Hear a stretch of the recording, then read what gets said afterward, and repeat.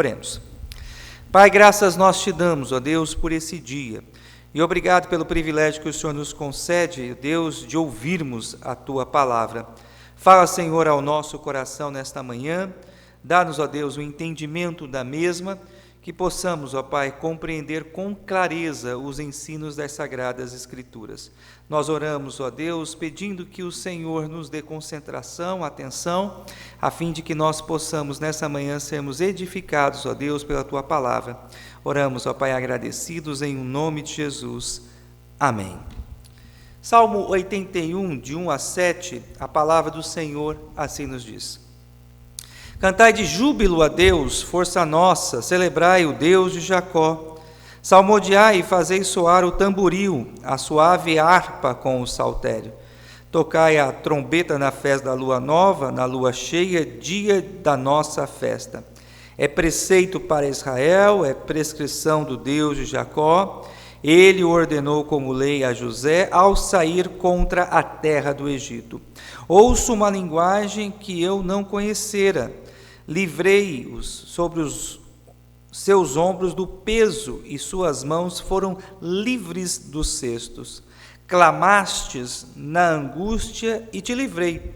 Do recôndito do trovão eu te respondi e te experimentei junto às águas de Meribá. Meus amados irmãos, nós fomos chamados para a adoração. Não somente a adoração comunitária, mas há um estilo de vida próprio à adoração.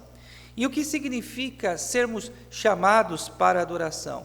Vivemos com o propósito, meus amados irmãos, de entender que a nossa vida tem como fim principal promover a glória de Deus. E nós promovemos, meus amados irmãos, a glória de Deus através, é claro, do culto solene. Eu costumo dizer que a mais sublime forma de promovermos a glória de Deus é através do exercício da adoração comunitária. Hoje, nessa manhã, nós estamos privados de estarmos juntos na Escola Bíblica Dominical devido às restrições impostas pelo Covid-19. Mas nós não podemos deixar, meus amados irmãos, nunca de adorarmos ao Senhor, mesmo impossibilitados de estarmos presentes hoje na casa do Senhor. A nossa aula dessa manhã, ela é dividida em duas partes. Eu quero falar sobre os imperativos para a adoração e também os motivos para que nós adoremos ao Senhor. Então, vamos nessa manhã destacando aqui o texto que nós acabamos de ler, 5 imperativos que nós encontramos na passagem lida sobre a adoração. Notem vocês que nós encontramos aqui alguns verbos no modo imperativo: cantai, celebrai, salmodiai, fazei e tocai.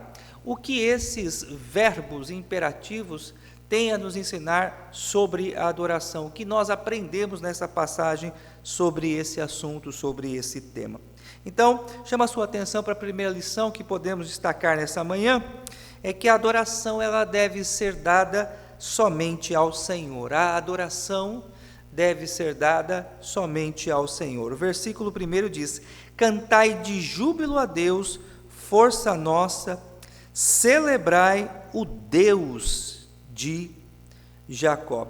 Notem vocês que esses imperativos eles estão direcionados à pessoa do nosso Deus, o Deus da aliança, o Deus criador dos céus e da terra. Nós devemos cantar a Ele, nós devemos celebrar o nome dEle, devemos salmodiar a Ele. Todas as coisas devem ser voltadas para o nosso Deus. É importante que eu e você entendamos que somos seres criados por Deus para a adoração. Inevitavelmente o homem ele há de adorar algo, ele tem dentro de si a necessidade de adorar.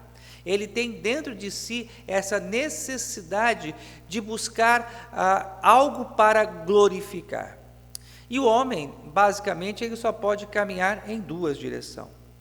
Ou ele adora o Criador, ou ele adora a obra da criação. E quando falamos sobre a obra da criação, nós podemos falar sobre o próprio homem, sobre aquilo que ele tem, sobre os seus bens, sobre as suas posses, sobre tudo aquilo que lhe cerca. Porém, meus amados irmãos, nós precisamos sempre lutarmos contra a triste tendência pecaminosa que temos de nos esquivarmos ou fugirmos ou distanciarmos da adoração que deve ser dada somente a Deus e adorarmos as coisas que o Senhor fez.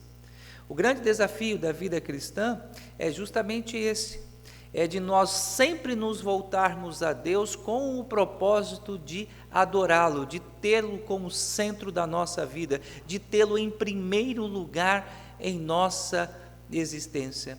Esse salmo é um convite a nós reavaliarmos a nossa vida, a colocarmos diante do Senhor as nossas motivações, a colocarmos diante do Deus vivo os nossos interesses. Deus de fato ocupa o primeiro lugar em nossa vida. Deus tem sido a razão principal da nossa existência. Nós temos adorado ao Senhor de fato, de todo o nosso coração. A primeira lição que nós aprendemos nessa manhã, Israel aprendeu no passado e hoje também nós somos chamados a recapitularmos essa verdade. A adoração deve ser dada somente a Deus. A segunda lição que nós aprendemos aqui é que a adoração que deve ser dada a Deus, ela deve ser acompanhada de alegria. A oração que deve ser dada a Deus deve ser acompanhada de alegria. Vejam vocês, versículo 1 diz: cantai de júbilo a Deus, nossa força. Celebrai. O verbo celebrar e a expressão que nós ouvimos é cantai de júbilo, expressam a alegria que o adorador deve ter na sua vida em promover a glória de Deus, em fazer escolhas que exaltem e glorifiquem a Deus, a viver de forma com que o nome do Senhor seja exaltado. Isso não pode ser para nós, meus amados irmãos, um peso. Isso não deve ser para nós um fardo, mas vivermos uma vida de adoração voltada para Deus, tendo o Senhor como centro da nossa existência, deve ser algo inteiramente prazeroso, deve trazer alegria profunda ao nosso coração. É muito importante que nós compreendamos que essa alegria nós somente vamos ter se de fato nós tivermos uma compreensão, um entendimento correto do nosso propósito existencial. Enquanto buscarmos sentido, significado nas coisas desse mundo, vivendo para as coisas desse mundo, adorando as coisas da criação, nós nunca vamos sentir de fato a alegria em glorificar a Deus. O nosso coração não pode estar dividido. E enquanto o nosso coração não estiver centrado em Deus, enquanto o nosso coração permanecer dividido, nós nunca encontraremos pleno gozo, plena satisfação na presença do nosso Deus. O Salmo de números 37, versículo 4 diz: agrada-te do Senhor e Ele satisfará o desejo do teu coração. Ou seja, quando nós temos agrado no Senhor, quando nós temos alegria, nós nos agradamos em andar com Deus, os desejos do nosso coração são satisfeitos. Mas o nosso coração precisa desejar a Deus, precisa desejar o Criador mais do que aquilo que Ele criou. Quando nós de fato desejarmos a Deus de toda a nossa alma, com toda a intensidade do nosso ser, o resultado da adoração, de uma vida de adoração, é a alegria. Portanto, nós precisamos entender que essa alegria, ela passa a ser resultado de um entendimento que o cristão possui, de que a sua vida tem um propósito, a glória de Deus. Nós vivemos para a adoração do nome do Senhor. Enquanto nós resistirmos a isso, enquanto tivermos o coração dividido, nós não teremos alegria. Eu sei que existem momentos que, por causa de lutas, de dificuldades, de problemas que nós enfrentamos, perdemos essa alegria, ou essa alegria ela se esvai em nosso coração.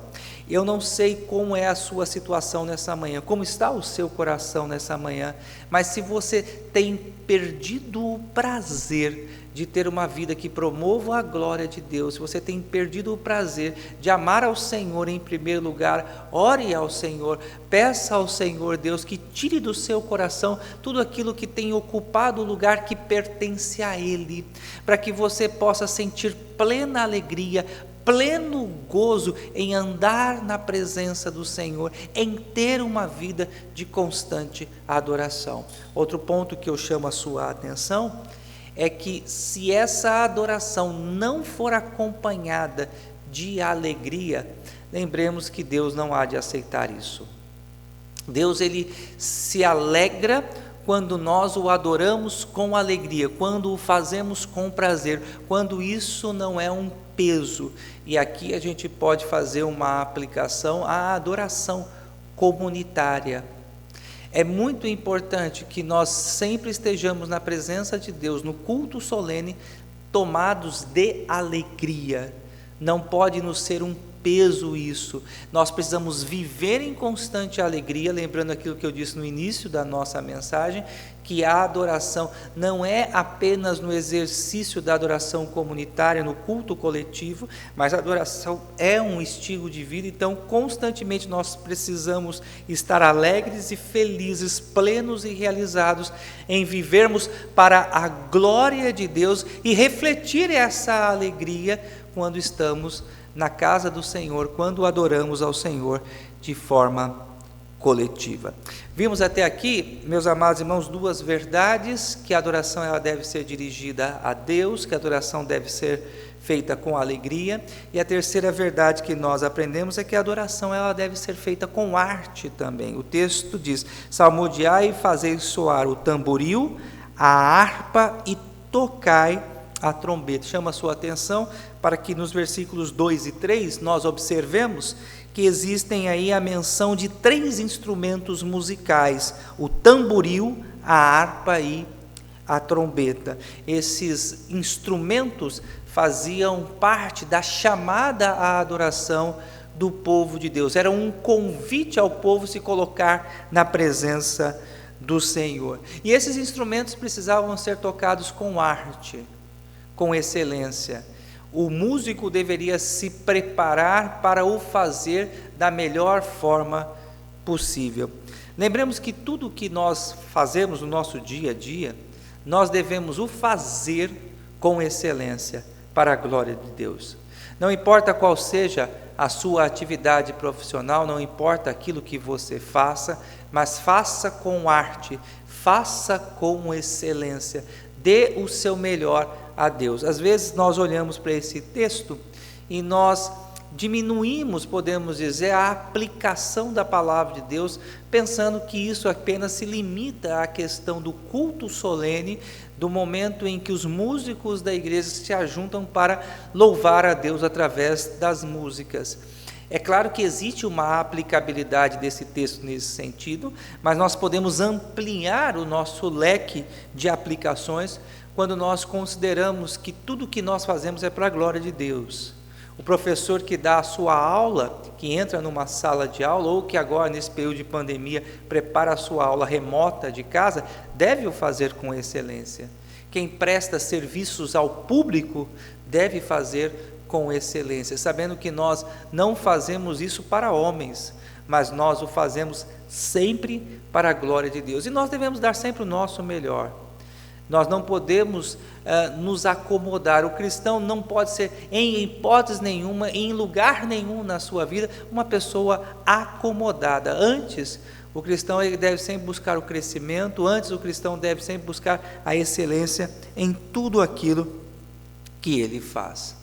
Chama a sua atenção agora para a quarta lição que nós aprendemos, e esse quarto ponto aqui eu sou obrigado, de fato, a restringir ao momento da adoração coletiva, ao culto solene, ao culto público. Versículo 3 diz: tocai a trombeta na festa da lua nova, na lua cheia, dia da nossa festa. Lembremos, meus amados irmãos, que a adoração ela tem um dia especial para ela. A adoração a Deus tem um dia especial para ela. Na história do povo da aliança, nós encontramos Deus estabelecendo várias datas festivas, em que o povo deveria parar aquilo que estava fazendo, deixar as suas atividades em segundo plano e voltar-se totalmente para o Senhor. Eram os sábados, eram as festas da lua nova, da lua cheia, eram as festas da primícia, do tabernáculo e tantas outras festas que nós encontramos as suas prescrições no Antigo Testamento. Hoje, na nova aliança, nós temos um dia específico para a adoração ao nosso Deus, que é o domingo, o dia em que o Senhor ressuscitou, o primeiro dia da semana. Como eu tenho dito, é claro que tudo nós fazemos para a glória de Deus, e eu quero trazer uma aplicação mais ampla ao termo adoração, no sentido de que tudo que fazemos, escolhas, decisões, promovem a glória de Deus. Mas pensando no culto público, nós como igreja não podemos deixar de guardar o dia do Senhor. Nós não podemos desprezar esse princípio. Deus, desde a criação, Ele estabeleceu um dia para que o homem deixe de lado todas as coisas que ele faz e volte-se exclusivamente para Ele. Eu chamo também, amados irmãos, a atenção dos queridos, porque infelizmente eu tenho visto que temos perdido o prazer e a alegria em celebrarmos algumas datas tão importantes do cristianismo, como por exemplo o Natal, a Páscoa. São duas datas dentro do calendário judaico-cristão que nós jamais podemos deixar de celebrar, que nós não podemos nos esquecer jamais delas. Essas datas, elas precisam ser guardadas pela igreja, elas precisam ser cuidadas pela igreja, e devemos sempre motivar o nosso coração a celebrarmos essas datas na presença do Senhor. Lembremos, meus amados irmãos, que faz parte da nossa tradição, é um fator de identificação do povo de Deus, nós temos um dia da semana para voltarmos ao Senhor. E claro que isso não é uma atitude legalista, nós não fazemos isso amarrados ou com um peso, mas é um dia de prazer, é um dia de descanso, na qual nós nos desligamos das nossas atividades profissionais e nós nos voltamos para o Senhor. Algumas pessoas até falam: pastor, o dia que o Senhor mais trabalha é o domingo. E eu costumo dizer a algumas pessoas que me interpelam com essa frase o seguinte: eu não trabalho no domingo. No domingo eu presto o meu serviço ao Senhor, assim como eu sei que agora também eu tenho outros irmãos da igreja que estão em suas plataformas digitais, dando aula para jovens, para adolescentes e para crianças também. Portanto, no domingo, o pastor ele não trabalha, no domingo ele serve ao Senhor, ele adora ao Senhor, assim como também os demais irmãos da igreja, que muitos estão trabalhando também para o Senhor nesse dia, adorando ao Senhor nesse dia. Então, é importante que nós também façamos esse esclarecimento, porque algumas pessoas têm de forma equivocada o entendimento que pastor trabalha no domingo. Pastor não trabalha domingo, é importante que você tenha esse entendimento. Assim como todo cristão, o pastor ele dedica ao Senhor os seus dons e talentos nesse dia, para que Deus seja glorificado. Mas eu volto aqui ao ponto principal da nossa aula dessa manhã, no sentido de lembrar aos amados irmãos que nós temos um dia reservado. Deus separou um dia para ser santificado, para que nós voltemos a Ele de todo o nosso coração. O mundo em que nós estamos vivendo, ele não se importa com isso. A sociedade em que nós estamos inseridos, eles não têm zelo por guardar o domingo como sendo o dia do Senhor. Muitos veem o domingo como uma oportunidade de aumentar os seus lucros, de acrescentar o seu capital, e o cristão ele deve fugir dessa tentação, o cristão ele deve fugir deste caminho. Lembremos do que a palavra do Senhor nos diz em Romanos 12:2, e não vos conformeis com este século. Quando nós falamos ali sobre século, nós estamos falando sobre valores, sobre conceitos e ideias que se opõem à palavra de Deus. Então, essa mentalidade capitalista, consumista, que desrespeita o dia sagrado, o dia do Senhor, é algo típico da nossa geração, do nosso tempo, mas que nós, como cristãos, devemos resistir. Nós devemos zelar pelo dia do Senhor, procurar voltarmos à guarda desse precioso dia. E a quinta e última lição que eu quero destacar, ainda pensando sobre as datas comemorativas, sobre o dia do Senhor, é que isto é uma ordenança. A adoração num dia exclusivo, a quinta lição, é uma ordenança. Versículos 4 e 5 diz: é preceito para Israel, é prescrição do Deus de Jacó, ele o ordenou como lei a José ao sair contra a terra do Egito. Notem vocês que no versículo 4 diz: é preceito para Israel. Versículo 5, ele o ordenou como lei. E o que Deus ordenou como lei? Que nós guardássemos um dia para ele. Isso não é uma prescrição apenas do Antigo Testamento. Os nossos símbolos de fé chamam o domingo do sábado do Senhor, o dia do descanso do Senhor. E nós então, amados irmãos, precisamos entender que é uma ordenança de Deus. Quando nós não cumprimos uma ordenança do Senhor, quando nós deixamos de obedecer aos seus preceitos, a palavra do Senhor nos mostra que nós estamos por isso pecando. E o pecado é uma afronta a Deus, é uma afronta à santidade de Deus. O pecado é uma atitude de rebeldia do homem, quando o homem diz: olha, eu não concordo com o que o Senhor diz, eu não concordo com a forma como o Senhor estabeleceu as regras, e eu me oponho a ela.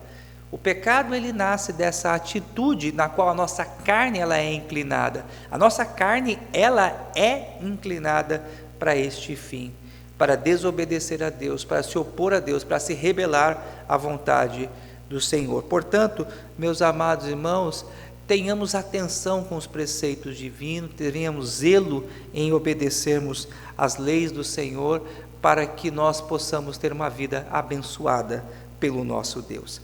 E nós queremos então, na segunda e última parte da nossa aula, meus amados irmãos, nessa manhã, apresentar aqui os motivos para a adoração. O versículo 5, a segunda parte, até o final, o versículo 7, diz o seguinte: ouço uma linguagem que eu não conhecera, livrei os seus ombros do peso, e as suas mãos foram livres dos cestos.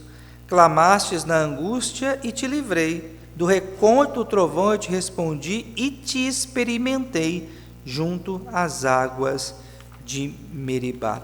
Nós encontramos aqui, amados irmãos, 3 motivos para que nós possamos adorar ao Senhor.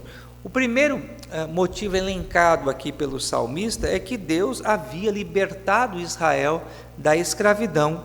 Versículos 5, a segunda parte, e o versículo 6 diz: ouço uma linguagem que não conhecera, livrei os seus ombros do peso, e suas mãos foram livres do cesto.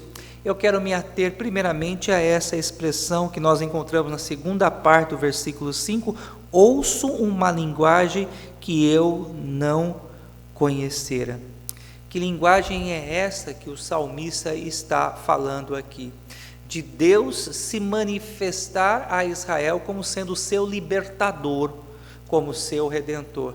Israel até então não havia conhecido esse aspecto de Deus, da ação de Deus, Deus como redentor, Deus como libertador. Israel passou mais de 400 anos como escravos no Egito, mas aprove Deus, através do intermédio de seu servo Moisés, libertar o seu povo daquela escravidão. E Deus assim o fez. E Deus então se revela no Sinai como sendo o libertador de Israel. E é por isso que o salmista diz: ouço uma linguagem que eu não conhecer. E o versículo 6 diz: livrei os seus ombros do peso e as suas mãos foram livres dos cestos, uma alusão à condição de escravidão que Israel estava.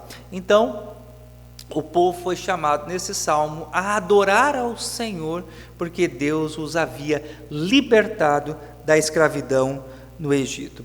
Talvez você fale: mas pastor, e o que isso tem a ver comigo, qual é a aplicação que eu posso fazer à minha vida? Pois bem, meus amados irmãos, lembremos também que Deus nos libertou do império das trevas.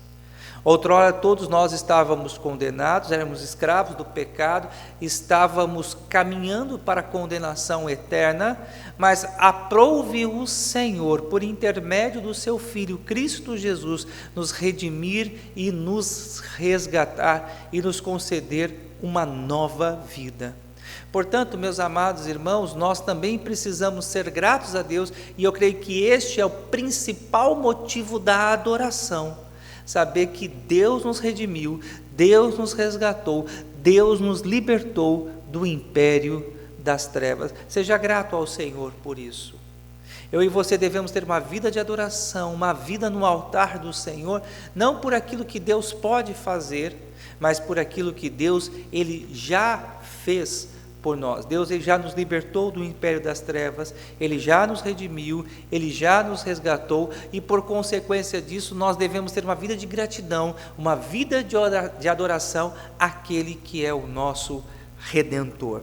A segunda lição que nós aprendemos nessa manhã sobre o porquê que nós devemos ter uma vida de adoração, porque devemos viver para a glória de Deus, porque Deus tem ouvido as nossas orações. Vejam vocês o versículo 7, a primeira parte diz o seguinte: clamastes na angústia e te livrei, no recôndito do trovão eu te respondi.